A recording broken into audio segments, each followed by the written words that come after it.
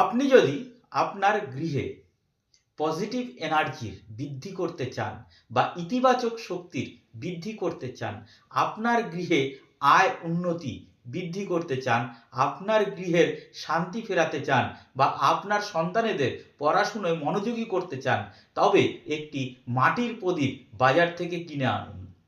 এনে দুটো সলতে তৈরি করে চতুর্মুখী প্রদীপ তৈরি করুন, অর্থাৎ 4টে শিখা জ্বলবে বা 4টে প্রদীপ জ্বলবে এমন তৈরি করুন। তারপরে ওই মাটির প্রদীপে ঘি ঢেলে চতুর্মুখী প্রদীপে বা 4টে মুখে আগুন ধরিয়ে দিন বা জ্বালিয়ে দিন। প্রদীপ জ্বালানোর এই জ্বালানো প্রদীপটি আপনার গৃহে যেখানে ভগবানের সিংহাসন বা ঠাকুরের সিংহাসন আছে সেইখানে রেখে আপনি হাত জোর করে আপনার মনস্কামনা নিবেদন করুন।